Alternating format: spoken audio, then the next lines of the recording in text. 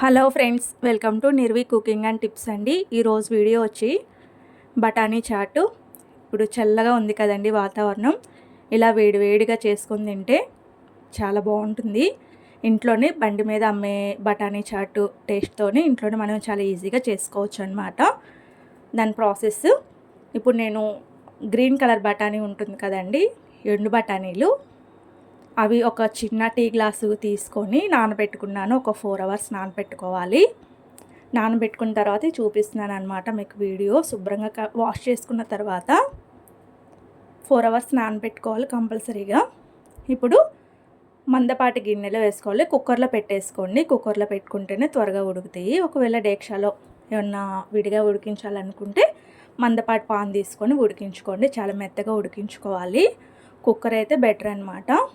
కుక్కర్లో ఈ బఠానీలు అన్నీ వేసుకొని మునిగేంత వరకు వాటర్ పోసుకొని దాంట్లో కొంచెం ఒక హాఫ్ స్పూన్ పసుపు, ఒక స్పూన్ సాల్ట్ వేసుకొని ఒక 6-7 విజిల్స్ రానిచ్చుకోవాలండి. ఈలోపు ఒక ఉల్లిపాయ, 2 టమాటాలు, ఒక పచ్చిమిర్చి, కొత్తిమీరగా సన్నగా తరిగి పక్కన పెట్టుకుంటున్నాను నేను.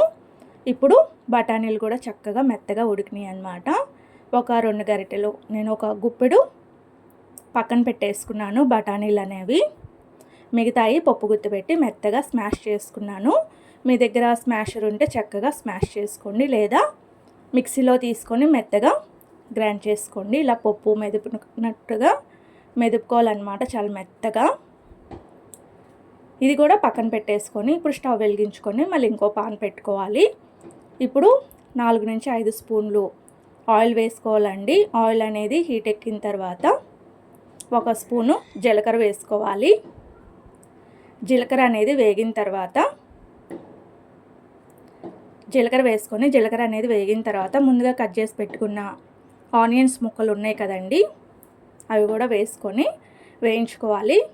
ఇక్కడ నేను ఉప్పు కూడా వేసుకొని వేయించుకుంటున్నాను అనమాట.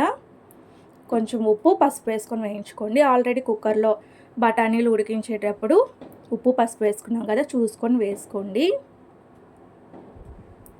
ఈ ఉల్లిపాయలు అనేది వేగిన తర్వాత ముందుగా 2 టమాటాలు కూడా మీడియం సైజు టమాటాలు 2 కట్ చేసి పెట్టుకున్నాం కదండి సన్నగా, అవి కూడా వేసుకోవాలి. నేను ఇక్కడ ఒక పచ్చిమిర్చి కూడా వేసుకొని వేయించుకుంటున్నాను. ఇవి కూడా వేగిన తర్వాత టమాటా ముక్కలు కూడా వేసుకొని మెత్తగా కుక్ చేసుకోవాలి. ఇవి కొంచెం వేగిన తర్వాత అల్లం వెల్లుల్లి పేస్ట్ కూడా వేసుకోవాలండి. ఒక హాఫ్ స్పూన్ అల్లం వెల్లుల్లి పేస్ట్ కూడా వేసుకొని పచ్చి వాసన పోయేంత వరకు వేయించుకొని మీడియం ఫ్లేమ్లో మూత పెట్టేసుకొని టమాటాలు అన్నీ కూడా మంచిగా మగ్గే వరకు ఉంచుకోండి. పర్ఫెక్ట్గా కుక్ అవుతాయి అన్నమాట. కొంచెం మెత్తగా కుక్ అవుతే తినడానికి చాలా బాగుంటుంది. ఇలా గరిటతో చిదుపుకుంటూ మెత్తగా ఉడికించుకోండి.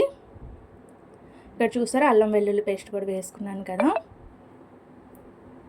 ఇది కూడా పచ్చివాసన పోయేంత వరకు వేయించుకోవాలి. ఇప్పుడు ఇవన్నీ వేగి ఆయిల్ సపరేట్ అయిన తర్వాత నేను ఒక హాఫ్ స్పూన్ కారపొడి వేసుకున్నాను. ఒక హాఫ్ స్పూన్ కారపొడి వేసుకొని కలుపుకున్న తర్వాత ఒక స్పూను ధనియాల పొడి వేసుకొని బాగా వేయించుకుంటున్నానండి. ఇవి కూడా వేగిన తర్వాత కొత్తిమీర కూడా వేసుకొని వేయించుకుంటున్నాను. కొత్తిమీర కూడా వేసుకొని బాగా వేయించుకోవాలండి.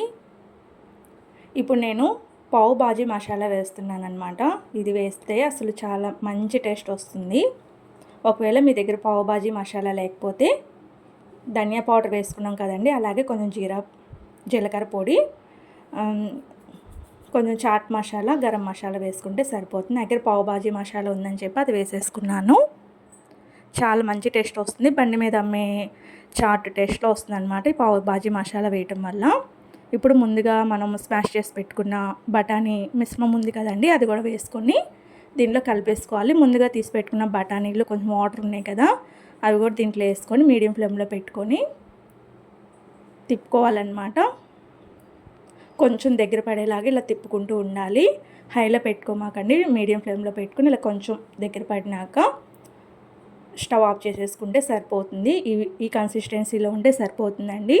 ఇంకొంచెం గట్టిగా ఉంటాయి అన్నమాట, ఆరిపోతే ఇంకా కొంచెం గట్టి పడుతుంది. ఇలా ఉంటే స్టవ్ ఆఫ్ చేసేసుకొని ఇప్పుడు ఒక ప్లేట్ తీసుకొని సర్వ్ చేసుకోవటమే. నేను ఒక ప్లేట్ తీసుకొని ఆ ప్లేట్లోకి బఠానీ చాట్ తీసుకొని దాని మీద సన్నగా తరిగిన ఉల్లిపాయ ముక్కలు వేసుకున్నాను. అలాగే సన్నగా తరిగిన టమాటో ముక్కలు కూడా వేసుకున్నాను. అలాగే సన్నగా తరిగిన కొత్తిమీర కూడా ఇలా గార్నిష్ చేసుకుంటున్నాను అనమాట. ఫైనల్గా మీ దగ్గర సేవ్ అంటే సన్నపూస ఉంటుంది కదండి, అది వేసుకున్నా బాగుంటుంది. లేదా పానీపూరి ఉంటుంది కదా, అది కూడా ఇలా చిదుపుకొని వేసుకోవచ్చు. లేదా నా దగ్గర కార్న్ఫ్లేక్స్ ఉన్నాయన్నమాట, అవి ఇలా చిదుముకొని పైన డెకరేషన్ కోసం ఇలా వేసుకుంటున్నాను. చూసారా ఎంత బాగుందో, తినడానికి కూడా చాలా మంచి టేస్ట్ ఉందన్నమాట. డెఫినెట్గా మీకు నచ్చినట్టయితే ఒకసారి ట్రై చేసి చూడండి ఫ్రెండ్స్. మీకు నచ్చినట్టయితే నిమ్మరసం కూడా పిండుకోవచ్చు, బాగుంటుంది. ఈ వీడియో కనుక మీకు నచ్చినట్టయితే please like, share and subscribe. Thank you for watching. Bye bye.